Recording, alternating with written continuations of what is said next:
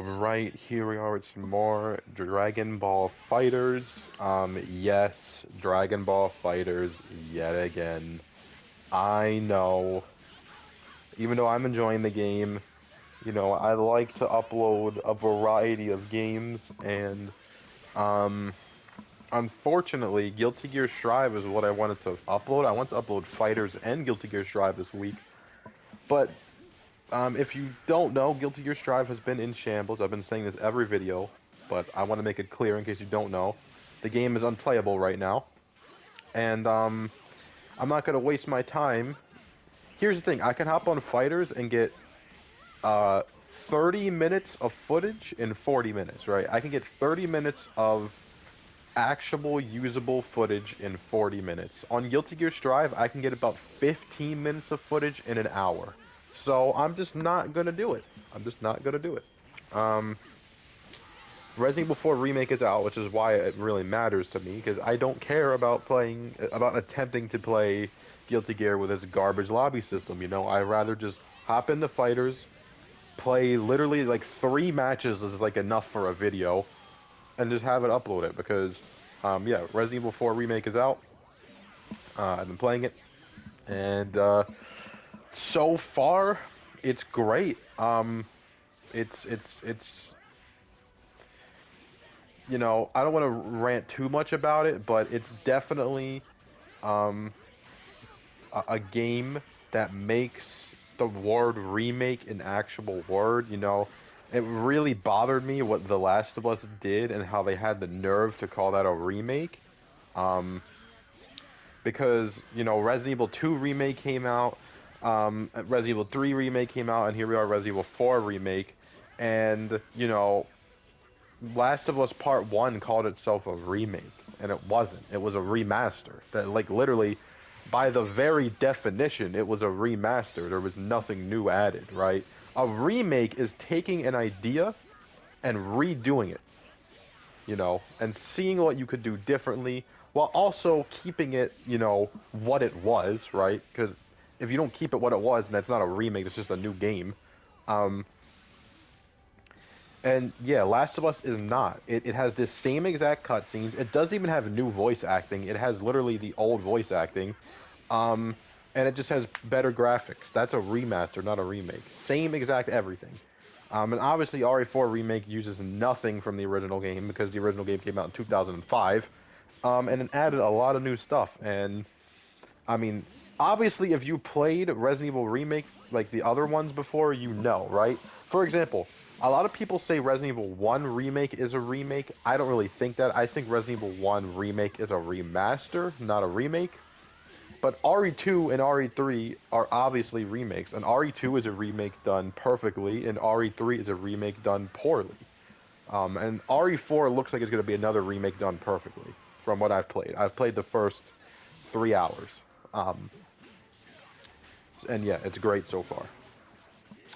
They kept every feature that you wanted and put so much more on top of it. It's crazy how much they added while keeping so much of the original. And it's just great. I don't want to talk too much about it. It's great. And like I said, I'm really glad I didn't call it Resident Evil 4 Remake, because casual gamers have this really stupid thing in their brain because of Last of Us Remake, where they think it's comparable in any sense.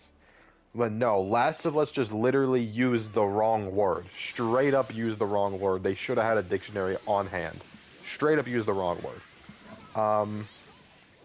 And I'm actually going to make a video about this soon. So, probably my next video. I'm not going to upload this weekend, but probably my video for Monday is going to be talking about this subject. But anyways, on to the actual gameplay. Yeah. Just playing some Fighterz, playing some Fighterz, and it's good. It's real good. Obviously I'm going to be taking a bit of a break while I play Resident Evil 4 Remake. But yeah, by the time I'm done with Resident Evil 4 Remake, the new Guilty Gear characters should be coming out. And we can only pray that the servers will be fixed. because if you don't know, the whole problem with the servers is that the game just came out on Xbox, and obviously it is crossplay. And for some reason, that left the game in shambles. The day it came out on Xbox, the game was down for a very long time. Now the game is up, but if you notice, right, when you go into a lobby on guiltygearstrive and you go, like, you know how you go to the player list and you can see the people that are searching for a match in your lobby? You're going to see, let's say there's 32 people in your lobby, you're going to see at least 16 to 20 people looking for a match. It's crazy. Because, yeah, you just cannot get a match. It's so broken. And here's the thing, right? I have flamed King of Fighters 15 for its matchmaking. I don't play the game anymore. I said I'm not going to support the game anymore because it was a $60 game that came out and it didn't function. Right? So here's my little disclaimer, right? And I'm dead serious about this, right? And I mean this, okay?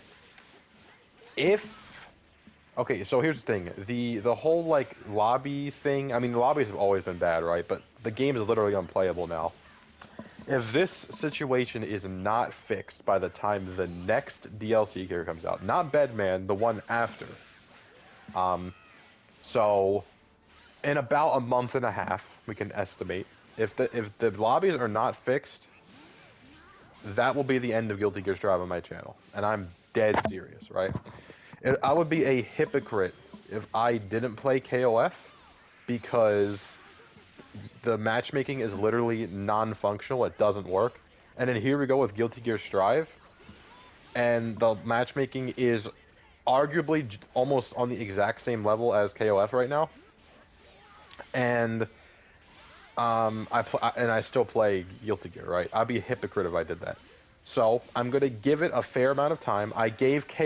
Here's the thing: I gave KOF 15 an entire year to fix itself, and it hasn't. They haven't fixed the game in a year, and instead, in a whole year, they added $100 worth of DLC, and they still haven't fixed the matchmaking. It takes around 10 minutes to get into a single match, and you're always matched up with someone 20 ranks lower than you, or someone that's the max rank.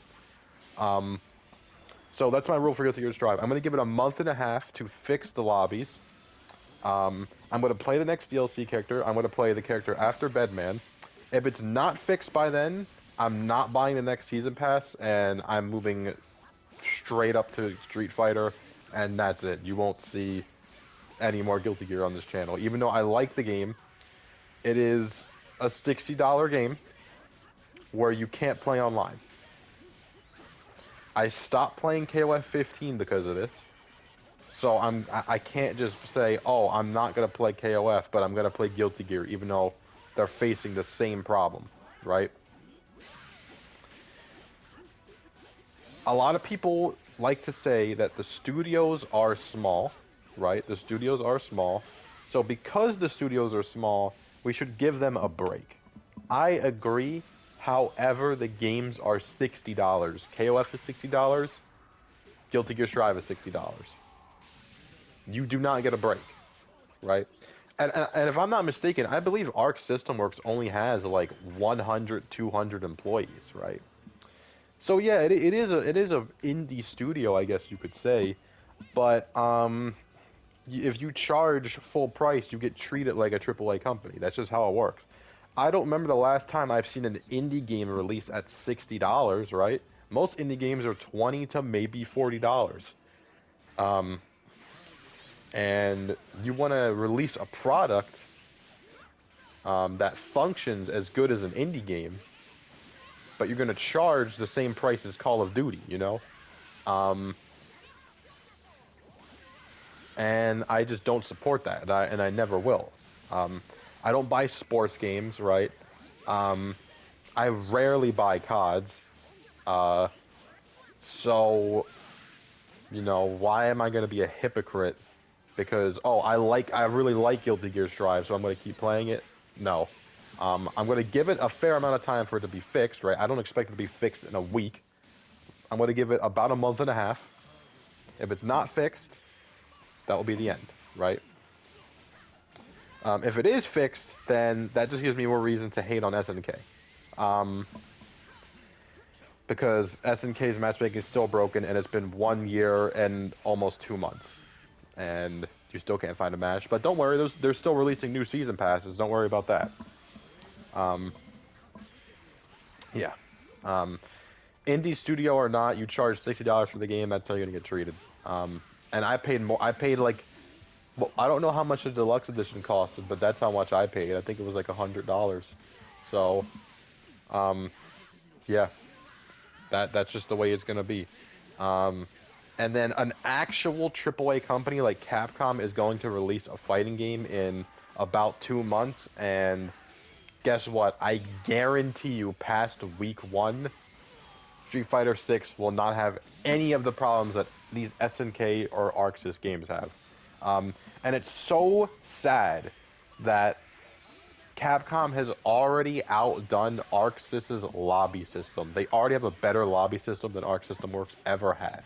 It's so sad. But that's what happens, you know. That's what happens. You focus on dumb stuff and you're just gonna get outplayed, you know. And honestly, the only reason to continue playing Guilty Gear is if you really like the game itself, you know, if you actually like the specific way that Guilty Gear plays. If you just want to play a fighting game, you know, there's no reason not to play Street Fighter 6. And when there's stupid problems like this that have no reason, you know, to occur, it just makes you look bad.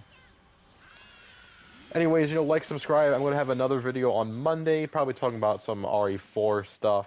But, yeah. Peace.